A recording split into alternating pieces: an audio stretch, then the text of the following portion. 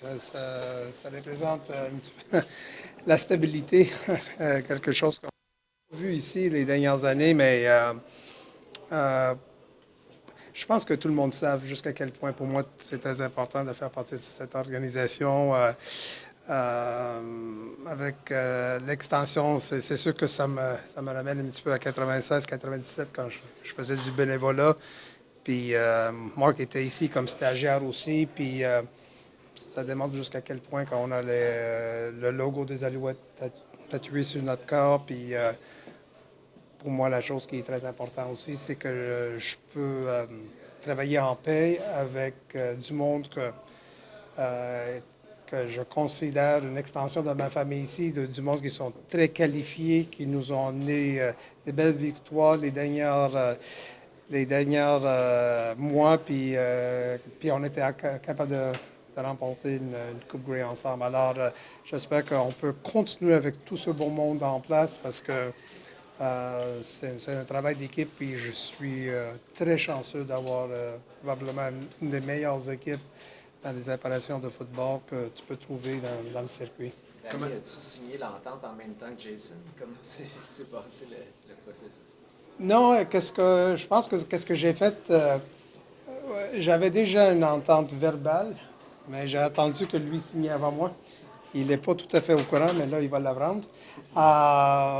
Mais pour moi, la chose qui était très importante, c'est que l'annonce, ça se faisait au même moment. Parce que je pense qu'on a un historique ensemble de presque 2 décennies, là, depuis qu'on a travaillé ensemble en 2002 avec Edmonton. Puis moi, mes 3 conquêtes de Coupe Grey, c'est avec Jason Moss. Alors, c'était très important que... c'est pas ma journée, mais c'est notre journée, c'est la journée de l'organisation. Là, je voulais partager ça avec lui. C'est une validation du travail accompli depuis que tu es arrivé ici aussi pour toi? Ça, c'est à vous de me le dire. Moi, je pense que vous me connaissez assez bien. Je suis quelqu'un qui adore de compétitionner.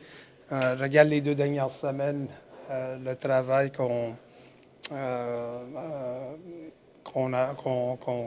a fait avec les annonces, avec les joueurs que nous, on a établis comme le noyau, la fondation de notre équipe et où on s'en va dans les prochaines années. Puis il y en a certaines qui ont des contrats de 2 ans. Et c'est tellement difficile d'aller chercher des contrats de 2 ans dans le circuit de la Ligue canadienne. Alors, pour moi, c'était très important que oui, on a gagné une Coupe Grey, oui, on est content, mais l'équipe qu'on a autour de nous, c'est une équipe qui n'est jamais satisfaite.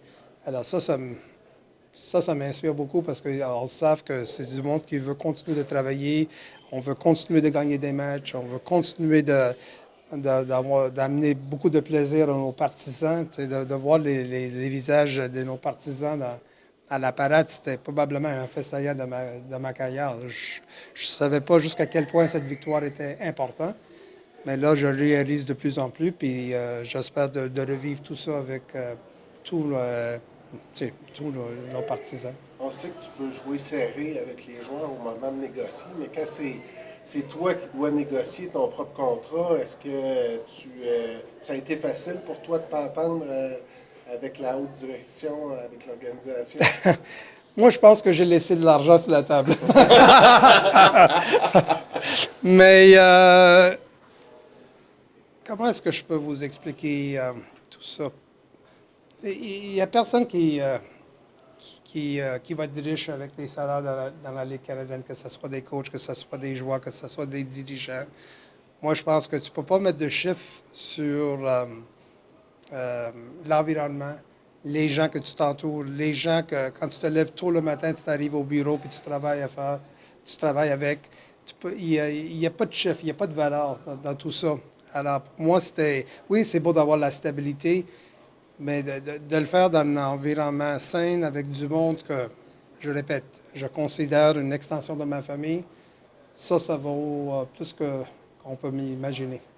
Why did you land on 4 years, and what are you hoping to accomplish in those 4 years? I don't know why 4. I mean, it just worked out that it was 4. What do I want to accomplish in the next 4? I just want to keep I just want to have some stability. I want to get on a little bit of a run here. Hopefully we can be. I don't know if it's too soon to maybe say we want to be maybe the reference of the CFL the way we're structured, and in the direction that we're headed in.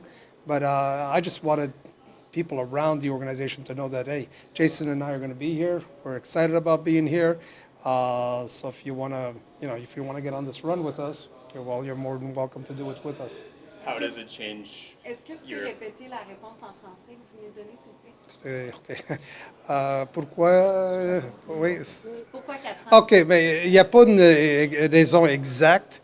Pourquoi? Je pense que c'était un chiffre qu'on s'est entendu assez vite. Là. On a lancé le chiffre 4, puis je pense que les deux parties étaient très à l'aise avec les 4. Mais pour moi, c'était très important d'aller chercher une stabilité où je peux m'entourer avec du monde qui veut continuer sur cet élan qu'on a déjà en place, puis de bâtir quelque chose d'intéressant. C'est sûr que on n'est pas dans un contexte de bâtir dans les prochaines années. C'est plutôt plus facile de te le dire en anglais. On a bâti, we built, puis là, we rebuilt, puis là, we reload. Alors, c'est là où nous sommes rendus comme organisation. On a identifié le noyau en place, pas seulement dans le vestiaire, mais même dans l'organisation. Alors, j'espère de garder ce noyau en place pour les prochaines années, puis se trouver sur un élan où on peut avoir du succès, que ce soit sur le terrain ou à l'extérieur du terrain. Tu as déjà indiqué que tu avais tendance à être éternel insatisfait. Là, on a une Coupe Grey, on a un contrat jusqu'en 2027. Est-ce que tu vas passer un beau Noël? Est-ce que ta femme, parce que des fois tu dis que c'est ta femme qui dit que tu es éternel insatisfait, est-ce que ta femme elle trouve que tu es de bonne humeur ces jours-ci? Écoute, on a passé une semaine ensemble à Aruba, puis j'ai négocié des contrats.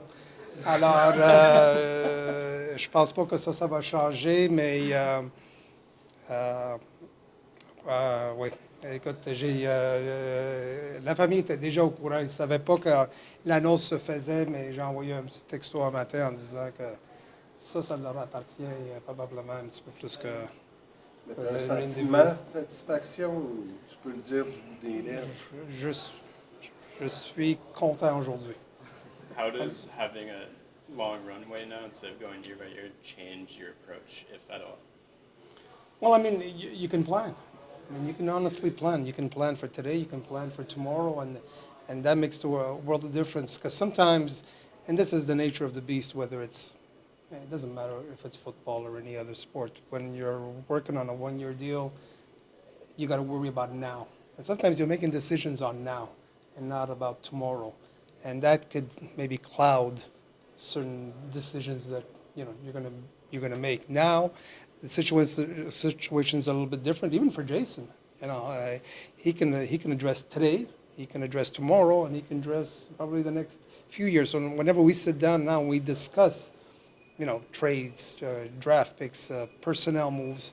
We can talk short term and we can talk long term, and that I think is extremely beneficial for us as an organization. Si je vous avais dit il y a un an, jour pour jour, vous allez gagner une Coupe Grey, signer une prolongation de contrat de 4 ans, qu'est-ce que vous m'auriez répondu? Vous êtes complètement fou. Je dirais, j'essayais de survivre. Je pensais que dans le mois de janvier, j'étais presque sûr que je m'en allais. J'avais déjà un endroit que j'avais déjà une idée où je m'en allais. Puis je me trouvais probablement à quelques heures de le réaliser, de le confirmer. Mais je croyais tellement. Je savais que c'était une question de temps. Je savais que ça prenait probablement quelqu'un local qui partageait les mêmes valeurs et les mêmes sentiments que j'ai pour cette organisation. Puis cette personne s'est présentée le 10 mars, si je ne me trompe pas, à la conférence de presse. Puis ça a tout changé pour cette organisation-là.